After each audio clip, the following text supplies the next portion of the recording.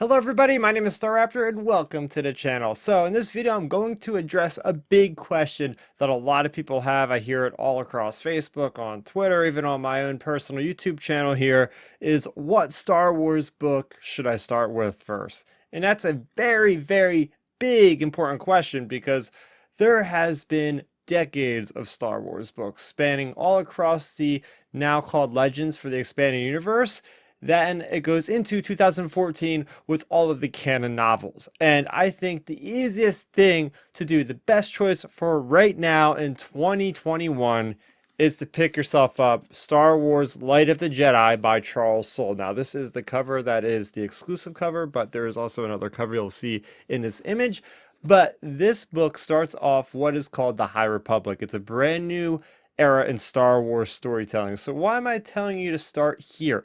It's because it is a brand new ground that's being paved by the story group over at Lucasfilm, by a whole awesome crew of writers from across different mediums of Star Wars storytelling. And this book here is what kicks that off. So for the first time in Star Wars continuity, we do not have ties to characters that we really are focused on in the movies. You're not going to see Luke Skywalker. You're not going to see Han Solo. And as crazy as it is for a lot of people out there, not everybody has seen every Star Wars movie. And the thing is with a lot of these common books, these current books, is all these books previously to these were tied to certain characters, certain events, right? We have books like the Aftermath trilogy leading right into that gap between Force Awakens and between Return of the Jedi. Then you have books like, Bloodline, which deal with the Resistance and the formation of that. You have books such as the Thrawn books, which you would have to read the animated,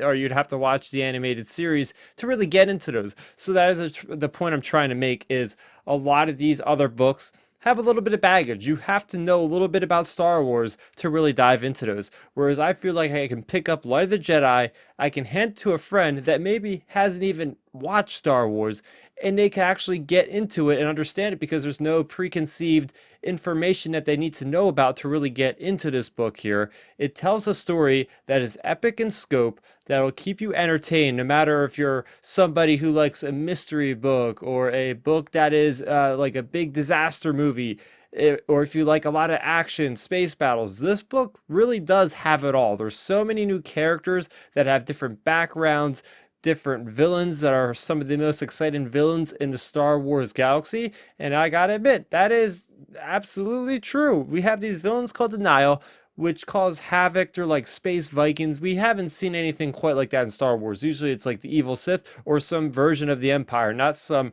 ragtag, Mad Max looking different aliens. That we haven't had that before. So that's something that to me is very exciting.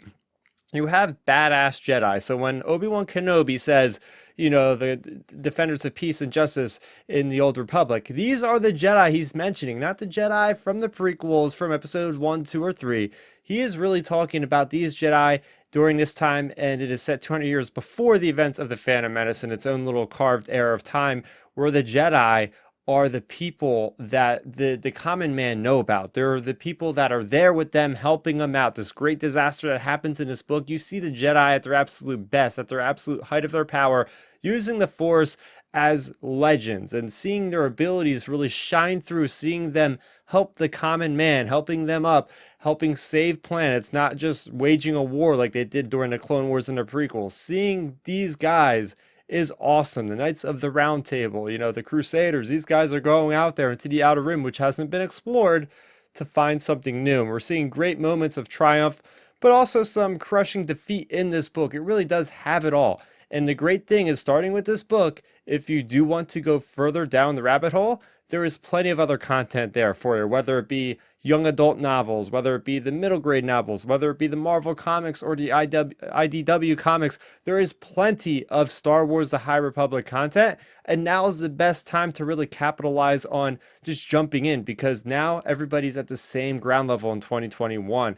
You're able to kind of keep up. If you do want to continue, you're able to keep up a lot easier than, let's say, you start 5 years from now and you got like 20 books, 30 books. It's going to be a big, heavier endeavor to try to tackle. So I think right now in 2021, my highest recommendation would be to start with Charles Soule's Light of the Jedi, which kicks off the High Republic era. It's a no-brainer for me. This book, I don't know if it'll ever actually disappoint somebody to close this book before they are done with it, because for me, I just really think it's also one of the strongest books out there for Star Wars. And if you like this, hey, there's plenty of other Star Wars books you can check out, but I think this is definitely something to read first. And also, if you're not a fan of reading novels, you have the Audible function.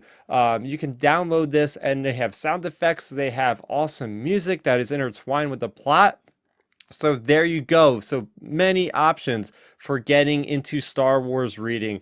And if you do like Star Wars reading and have been paying attention, let's talk about it on the channel here, because I have plenty of content relating to Star Wars books and comics and plenty of Star Wars in general. Let me know if this video helped you out with deciding what your first Star Wars book will be, and let's talk about it in the comment section down below. For more on Star Wars, you can follow me and subscribe on this channel here for all the latest. That is going to do it for me, Starrapter. Thank you so much for watching, and may the Force be with you always. Thanks for checking out the video. Please hit that thumbs up symbol. It helps me know that I'm making content that you guys enjoy. And if you enjoyed this video, I also included 2 videos down below you guys should check out. And please consider subscribing to this channel. It helps support me, and it notifies you guys of when I get new videos up on the channel. You can also contact me on Twitter, Facebook, and Instagram at Starrapter.